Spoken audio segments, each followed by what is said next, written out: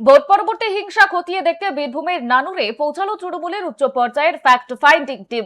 বুধবার দুপুরে প্রতিনিধি দলের সদস্যরা নানুরের সন্তোষপুর গ্রামে নিহত তৃণমূল নেতা আবির শেখের বাড়িতে যান। সেখানে নিহত তৃণমূল নেতার পরিবারের সঙ্গে কথা বলেন। এই প্রতিনিধি দলে ছিলেন রাজ্যের প্রাক্তন মন্ত্রী বীরবাহা হাঁসদা, প্রতিমা মণ্ডল, সামিরুল ইসলাম এবং অসিত মাল। এছাড়াও তাদের সঙ্গে উপস্থিত ছিলেন বীরভূম জেলা পরিষদের সভাধিপতি কাজল শেখ এবং নানুরের বিধায়ক বিধানচন্দ্র মাঝি।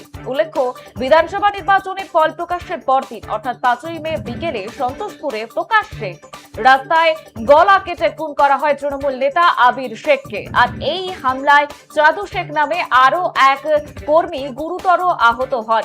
এদিন সন্তোষপুরে দাঁড়িয়ে এই নৃশংস খুনের ঘটনার জন্য সরাসরি বিজেপিকে দায়ী করেন প্রতিমা মণ্ডল, যদিও অভিযোগ অস্বীকার করেছে বিজেপি।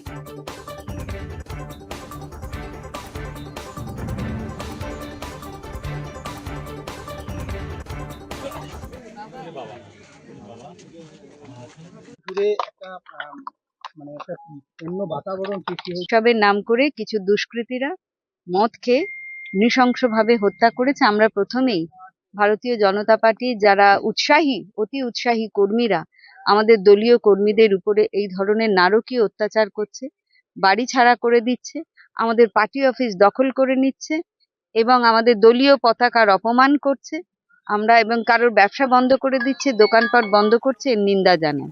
আমাদের এখনো কেন কয়েকজন ধরা পড়লেও যে মেন অ্যাকিউজড খুনে তাকে কেন এখনো ধরা যায়নি?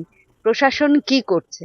প্রশাসন নানান ধরনের এই কোথাও ডেমোলিশন শুরু হয়ে গিয়েছে উইদাউট নোটিশ দিয়ে, যারা বাড়ি তৈরি করেছে তাদেরকে নোটিশ দেয়নি এভিকশনের, বাড়ি ভাঙা হয়ে যাচ্ছে। ফুটপাতের যারা হকার এতদিন কর্মজীবিকা যাদের পালন করছিল তাদেরকে সরিয়ে দেওয়া হচ্ছে। তাহলে ভালো ভালো ওদের কথা, এগুলো হচ্ছে ভীষণ ভালো কাজ, অন্যায় কাজের বিরোধিতা করছে। মানুষকে হত্যা করার অধিকার তাদেরকে দিল, মানুষের জীবন নিয়ে নেওয়ার অধিকার কে দিল?